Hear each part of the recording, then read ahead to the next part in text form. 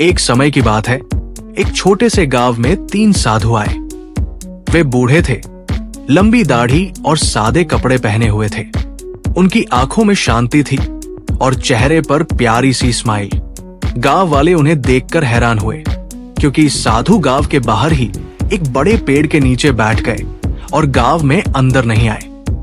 एक औरत ने ये देखा और उनके पास जाकर बोली, हे महात्माओं, आप गांव में क्यों नहीं आते? प्लीज मेरे घर आइए और खाना खाइए।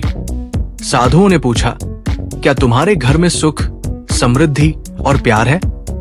उसने कहा, हमारे पास पैसा कम है, लेकिन हमारे परिवार में प्यार बहुत है। ये सुनकर एक साधु बोला, हम तीनों एक साथ किसी के घर नहीं जाते। मेरा नाम सुख है, ये समृद्धि है और ये प्रेम है। तुम जाओ और अपने पति से पूछो कि वो हम में से किसे अपने घर बुलाना चाहते हैं। औरत घर गई और सब कुछ बताया। पति खुश होकर बोला, हम समृद्धि को बुलाएंगे ताकि हमारा घर पैसों से भर जाए। पत्नी ने कहा, मुझे लगता है सुख को बुलाना चाहिए ताकि हमारे घर में खुशी आए।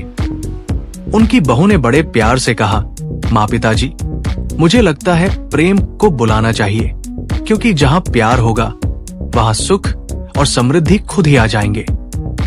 सबने उसकी बात मान ली और वो औरत फिर बाहर जाकर बोली, हम प्रेम को बुलाना चाह रहे हैं। जैसे ही प्रेम उठा और घर की तरफ चलने लगा, बाकी 2 साधु भी उसके साथ चल दिए। औरत ने हैरानी से पूछा, आप दोनों कहां जा रहे हैं? हमने तो सिर्फ प्रेम को बुलाया है।